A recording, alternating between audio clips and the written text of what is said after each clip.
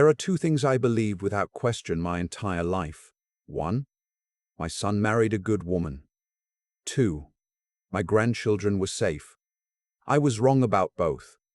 It started on a Tuesday morning in late October. My daughter-in-law, I'll call her by what she was to me then, before everything changed, Renee, had asked my son to pick up her winter coat from Tillman's Alterations on Brecker Street.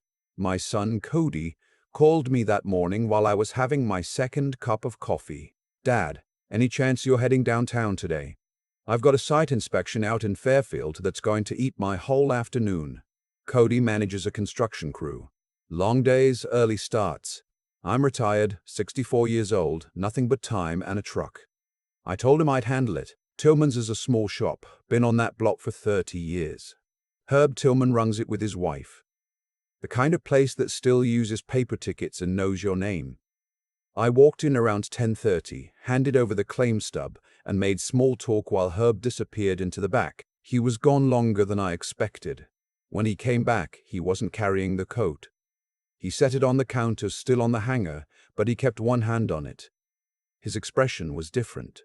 The easy friendliness was gone. He looked at me the way a man looks at another man when he's about to say something he doesn't want to say. "You're not picking this up for yourself," he said. It wasn't a question. "For my daughter-in-law," I told him. "My son couldn't make it." He nodded slowly. Then he reached under the counter and set down a small Ziploc bag. The kind of thing you'd put a sandwich in.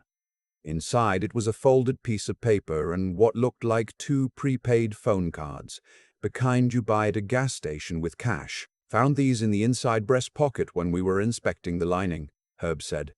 "We always check pockets before cleaning. Policy." I picked up the bag. Through the plastic I could see the paper was covered in handwriting. Small, tight, like someone who didn't want to take up space. Numbers. What looked like initials.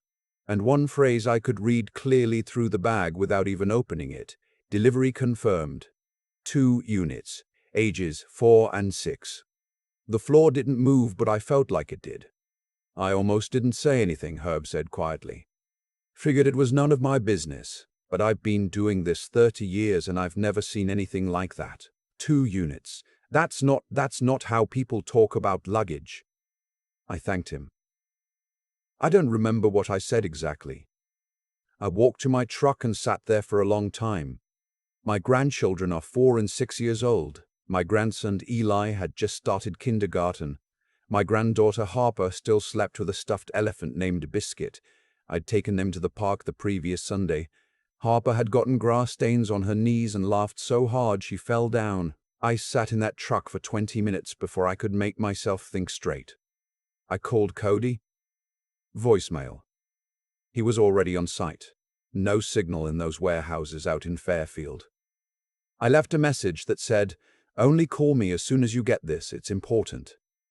I kept my voice level. I didn't know yet what I was dealing with, and I didn't want to say the wrong thing to the wrong person. Then I drove to my son's house. Renee's car was in the driveway. She worked remotely from home, some kind of billing coordinator position for a medical group in Hartford. Or so she told us. I sat outside for a minute. I thought about going in. I thought about handing her the coat, watching her face. Then I thought about that piece of paper. 2 units. Ages 4 and 6. I put the truck in reverse and left. I drove home and spread the bag on my kitchen table without opening it. I photographed it through the plastic from every angle. Then I called my old friend Dwight, who spent 22 years with the state police before he retired. We've been fishing together since our boys were in Little League. "I need you to look at something," I told him. "Today, this afternoon." He didn't ask questions. That's what I've always respected about Dwight.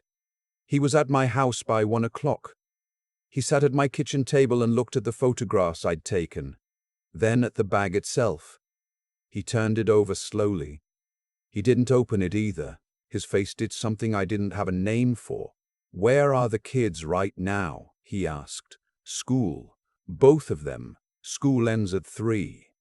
He looked at his watch. It was 1017. "Don't go get them yet," he said. "Don't do anything that changes the pattern. Not yet." He paused. "Does your daughter-in-law know you picked up the coat?" I hadn't told Cody I had it. He hadn't told Renee. She might not know I'd been to Tillman's at all. "I don't think so," I said. Dwight nodded. "Good. Keep it that way." He made 2 phone calls in my living room. I didn't listen closely. I was standing at the window watching my neighbor's dog run circles in the yard and trying to keep myself from falling apart. When Dwight came back to the table, he sat down across from me and folded his hands. "I want to ask you something, and I need you to answer honest," he said. "Go ahead. How well do you actually know this woman?" That was the question I'd been sitting with since Tillman's parking lot, and the honest answer, the one I had to say out loud for the first time, was, "Not as well as I thought." Cody met Renee 5 years ago at a work conference in Providence. They were engaged within a year. She was from outside Cleveland, family scattered, not close to any of them. She was quiet at family dinners, pleasant. She laughed at the right times and helped with dishes and remembered birthdays. My wife. She passed 4 years ago, pancreatic cancer. My wife had liked Renee well enough. Said she seemed a little closed off, but that some people just were. I had not asked enough questions. I understood that now. Cody called me back at 2:40. I could hear the construction noise dying down behind him, a truck engine cutting off. "Dad, what's going on?" I told him I needed him to come to my house directly. Do not go home first. Do not call Renee. There was a pause. "Dad, you're scaring me." "I know. Please just come." He was there in 40 minutes. I showed him the photographs first, then the bag. I watched my son's face while he read through the plastic. The same slow realization I'd gone through, just compressed into a few seconds. He went very still. Cody has my build, broad through the shoulders, and when he went still like that, he looked like a wall that had decided to stop being a wall. "The kids," he said. "School's out in 12 minutes, Dwight said. "We're going to go get them. Cody, you're going to do that right now. Normal pickup, same as any day. You do not take them home." "Where do I take them?" Dwight looked at me. "Somewhere she won't think to look immediately. And somewhere you don't use a credit card to get to." We decided on my brother-in-law's place in Westbrook. My late wife's brother, Floyd. Renee had met him twice at holidays, had no relationship with him, wouldn't know his address. I called Floyd while Cody left for the school. I told him I needed him to take in Cody and the kids for a night or two. He asked why. I said I'd explain everything when they got there. Floyd is the kind of man who doesn't push. He said he put the guest room sheets in the dryer. Cody took the kids to Floyd's in Westbrook. He paid for gas with cash I gave him from my drawer. He texted me when they arrived. One word, "Here." I didn't exhale until I saw it. Meanwhile, Dwight had made contact with a detective he knew through the state, a woman named, she told us to call her by her last name, Morris. She arrived at my house at 5:30 in an unmarked car. She sat at the same kitchen table and went through everything again from the beginning. She asked me twice to confirm I hadn't opened the bag. I hadn't. She took it with her in an evidence envelope. What they found, when they got into it with proper tools, took another day to piece together. Renee had not been a billing coordinator for a medical group in Hartford. The company existed. She had just never worked there. What she had been, for at least the past 2 years, was a logistics contact for a trafficking network that moved children through 3 states. The prepaid phones were burners, registered to names that didn't match any real ID. The handwriting on the paper was a scheduling note, pickup times, a location outside of Bridgeport, and 2 sets of initials that Morris said matched known aliases in a file she wasn't at liberty to describe to me in detail. The 2 units were Eli and Harper. When Morris told me that, I had to leave the room. I went and stood in my backyard in the cold for a while. The sky was the color of old tin.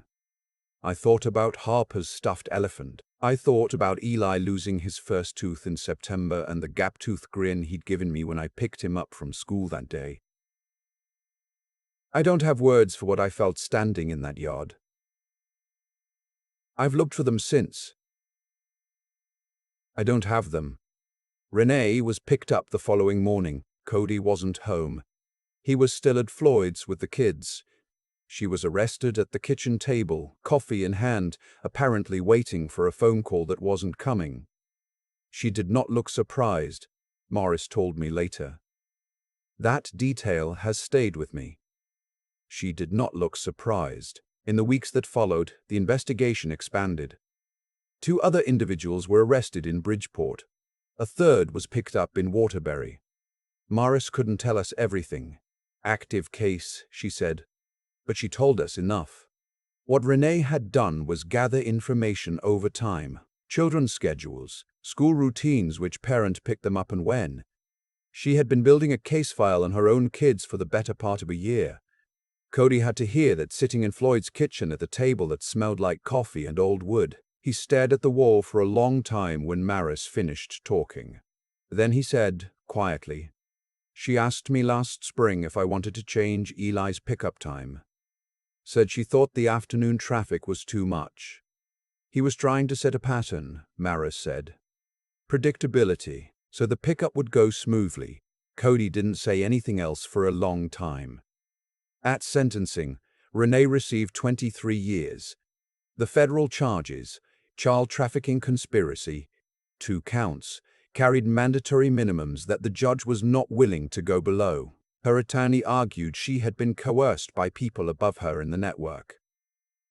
The prosecutor showed the scheduling note, the one with 2 units and the ages. The judge was not persuaded. 23 years. Eli will be 27 when she's eligible. Harper will be 27 when she's eligible. Harper will be 29, their childhoods, their teenage years, the people they'll become.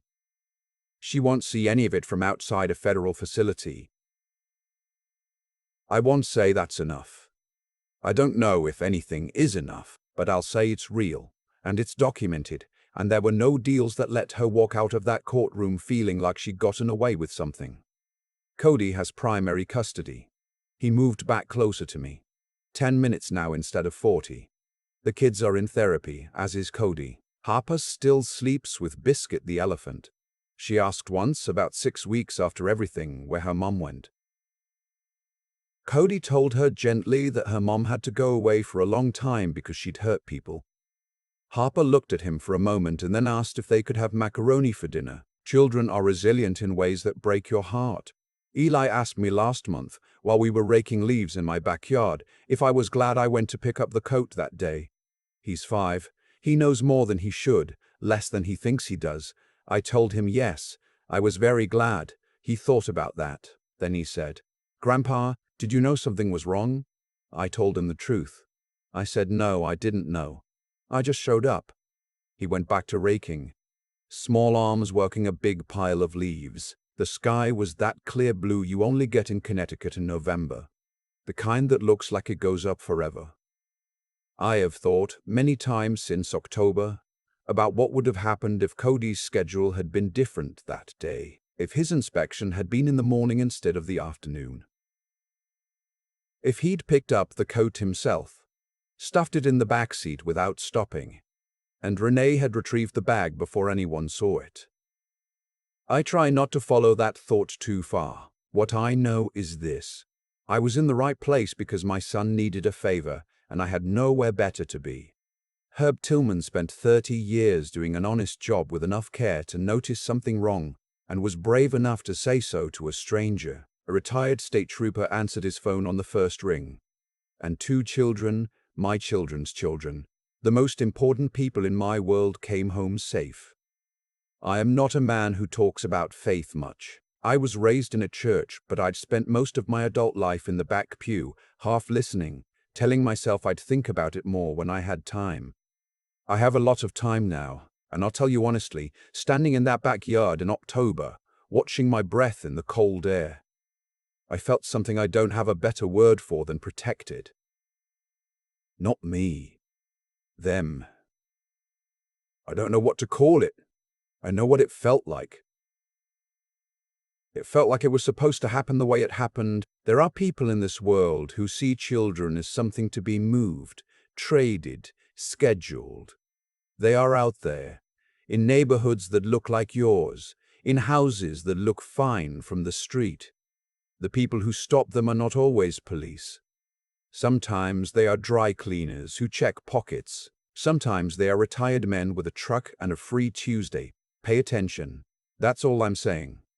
To the small things, the details that feel slightly off, the question you don't ask because you don't want to seem rude. Ask the question. I go to Floyd's for dinner most Sundays now. Cody brings the kids.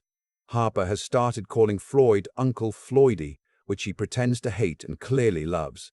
Eli beats me at checkers and is not gracious about it. After dinner we sit on Floyd's porch while the kids run in the yard in the last of the light, and sometimes I look at them and I feel something so large I can't contain it. I just showed up. That's all any of us can do. Sometimes that's everything.